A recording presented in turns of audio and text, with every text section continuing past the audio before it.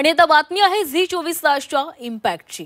नांदेडला अतिवृष्टी यादीतून वगळलं नाही, नांदेड जिल्ह्यातील शेतकऱ्यांना मदत मिळेल असं पालकमंत्री अतुल सावे यांनी सारवासारव केलेली आहे। आजच सुधारित जीआर निघेल असंही अतुल सावे यांनी सांगितलेलं आहे। शेतकऱ्यांच्या मदतीसाठी सरकारने जाहीर केलेल्या विशेष पॅकेजच्या यादीतून नांदेड जिल्ह्याचं नाव वगळण्यात आल्यानं संभ्रम निर्माण झाला।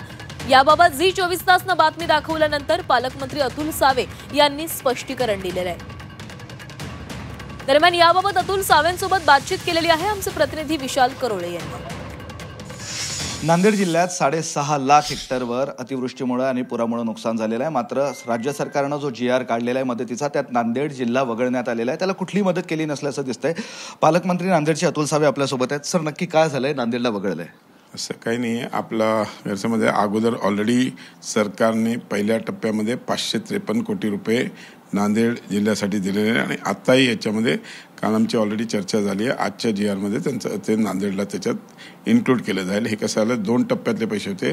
ऑलरेडी पहिल्या टप्प्यातले पैसे नांदेडला मिळाले असल्यामुळे या पहिल्या या याच्यात त्यांचं नाव नाही, पण दुसऱ्या टप्प्यात त्यांचे पैसे नाव ऑलरेडी आहे आणि ते येईल। सर, एक असं आहे की फक्त नांदेडला नाहीत, 1418 कोटी रुपये मराठवाड्याला मिळालेले आहे। तरी मराठवाड्याच्या इतर जिल्ह्यांचे नाव आहे, फक्त नांदेडच नाही आहे, म्हणून प्रश्न पडला। नांदेडला पहिल्या टप्प्यात 553 कोटी रुपये ऑलरेडी मिळाले, जे दुसऱ्या जिल्ह्याला कोणालाही मिळाले नव्हते। संभाजीनगरलाही पैसे आले 1418 कोटीमध्ये। नाही, संभाजीनगर तर आता इन्क्लूड केलं असेल ना या सप्टेंबर महिन्याच्या ज्या ह्याच्यामध्ये।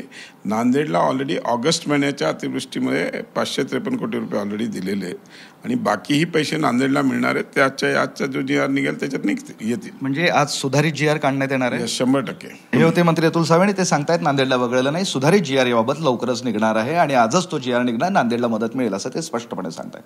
व्हिडिओ जर्नलिस्ट मोहम्मद तौफिकसह मी विशाल करोळे, झी मीडिया, छत्रपती संभाजीनगर।